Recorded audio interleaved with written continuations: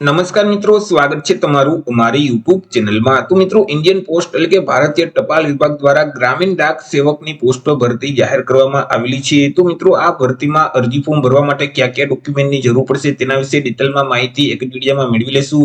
પરંતુ તે પહેલા વિડીયો ગમે તો લાઈક અને શેર કરી દેજો, ચેનલમાં નવા હોય તો ચેનલને સબસ્ક્રાઇબ કરી દેજો। તો ચાલો મિત્રો, વિડીયોની શરૂઆત કરીએ।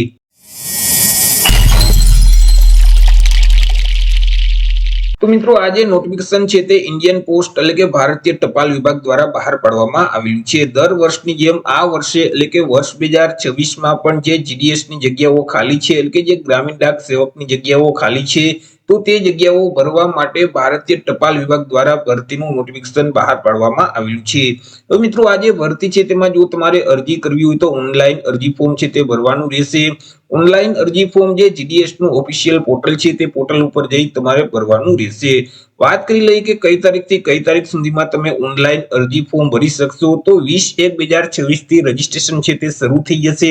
20/1/2026 થી લઈ અને 4/2/2026 સુધી તમે ઓનલાઈન અરજી ફોર્મ ભરી શકશો। ફોર્મ ભરતી વખતે જો કોઈ પણ પ્રકારની ભૂલ થઈ હોય અને તમે તેમાં સુધારો કરવા માંગતા હોય તો 8/2/2026 થી લઈ અને 10/2/2026 સુધી તમે જે ફોર્મ ભરેલ છે તેમાં તમે સુધારો કરી શકશો।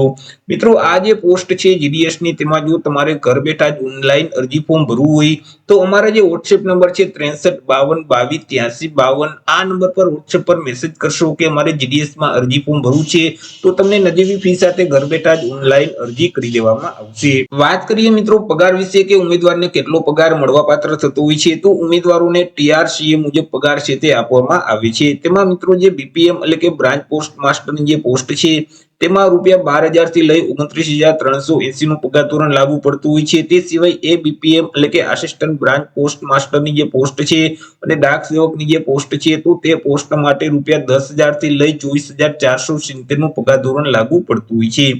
એજ લિમિટ એટલે કે વયમર્યાદા વિશે વાત કરીએ કે ઉમેદવારની ઉંમર કેટલી હોવી જોઈએ, તો કે અરજી ફોર્મ ભરવાની જે છેલ્લી તારીખ છે તે તારીખને ધ્યાનમાં રાખી ઉમેદવારે પોતાની ઉંમરની ગણતરી કરવાની હોય છે। એ મિત્રો, ઉમેદવારની ઉંમર ઓછામાં ઓછી 18 વર્ષ અને વધુમાં વધુ 40 વર્ષની હોવી જોઈએ। પરંતુ જે અનામત વર્ગના ઉમેદવાર છે જેમ કે એસસી અને એસટી કેટેગરીના જે ઉમેદવાર છે તો તેઓને 5 વર્ષની છૂટછાટ આપવામાં આવશે। ઓબીસી કેટેગરીના જે ઉમેદવાર છે તેઓને 3 વર્ષની છૂટછાટ આપવામાં આવશે। શારીરિક રીતે વિકલાંગ વ્યક્તિ છે તો તેઓને 10 વર્ષની છૂટછાટ મળવાપાત્ર થશે।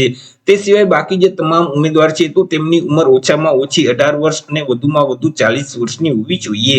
વાત કરી લઈએ આપણે એજ્યુકેશન ક્વોલિફિકેશન એટલે કે શૈક્ષણિક લાયકાત વિશે કે અરજી ફોર્મ ભરવા માટે ઉમેદવારની શૈક્ષણિક લાયકાત કેટલી હોવી જોઈએ, તો કે ઉમેદવારોએ કોઈ પણ સરકાર માન્ય બોર્ડમાંથી ધોરણ 10 ની પરીક્ષા છે તે પાસ કરેલ હોવી જોઈએ। એ મિત્રો, ગણિત અને ઇંગ્લિશ વિષય સાથે ધોરણ 10 ની પરીક્ષા પાસ કરેલ હોવી જોઈએ। જે ઉમેદવારોએ ગણિત અને ઇંગ્લિશ વિષય સાથે ધોરણ 10 ની પરીક્ષા પાસ કરેલ છે તો તે ઉમેદવાર આ ભરતીમાં અરજી ફોર્મ ભરી શકશે। સિલેક્શન પ્રોસેસ વિશે વાત કરીએ તો અહીં ઉમેદવારની કોઈ પણ પ્રકારની લેખિત કે મૌખિક પરીક્ષા લેવામાં આવતી નથી। અહીં ધોરણ 10 માં તમે જેટલા ટકા મેળવેલ છે તેના આધારે એક મેરિટ લિસ્ટ તૈયાર કરવામાં આવશે અને મેરિટના આધારે ઉમેદવારનું સિલેક્શન કરવામાં આવશે। ચર્ચા કરી લઈએ મિત્રો ડોક્યુમેન્ટ વિશે કે કયા કયા ડોક્યુમેન્ટની જરૂર પડતી હોય છે, તો અહીં તમે જે ધોરણ 10 ની પરીક્ષા પાસ કરેલ છે તેની માર્કશીટની જરૂર પડશે। કોઈ પણ એક ફોટો આઈડી પ્રૂફ છે તે આપવાનું રહેશે।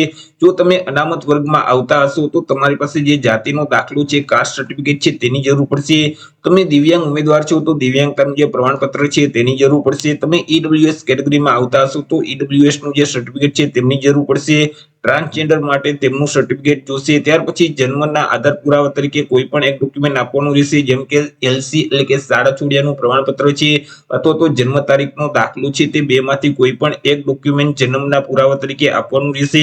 ત્યાર પછી મિત્રો, અહીં સરકારી મેડિકલ ઓફિસર દ્વારા આપવામાં આવેલું જે મેડિકલ સર્ટિફિકેટ છે તેમની જરૂર પડશે અને તમે લોકલ લેંગ્વેજની પરીક્ષા પાસ કરેલ છે તેનો એક આધાર પુરાવો જોશે। એટલે કે તમે ગુજરાતી ભાષામાં તમે ગુજરાતીની પરીક્ષા પાસ કરેલ છે તેવો એક મિત્રો આધાર પુરાવો સર્ટિફિકેટ છે તે જોશે।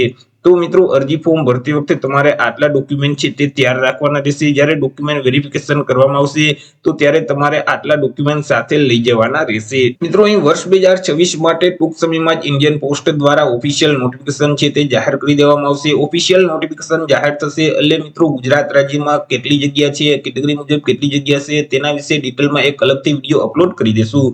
તો આશા રાખું છું વિડીયો પસંદ પડ્યો હશે। વિડીયો પસંદ પડ્યો તો લાઈક અને શેર કરી દેજો, ચેનલમાં નવા હોય તો ચેનલને સબસ્ક્રાઇબ સબસ્ક્રાઇબ કરી દેજો.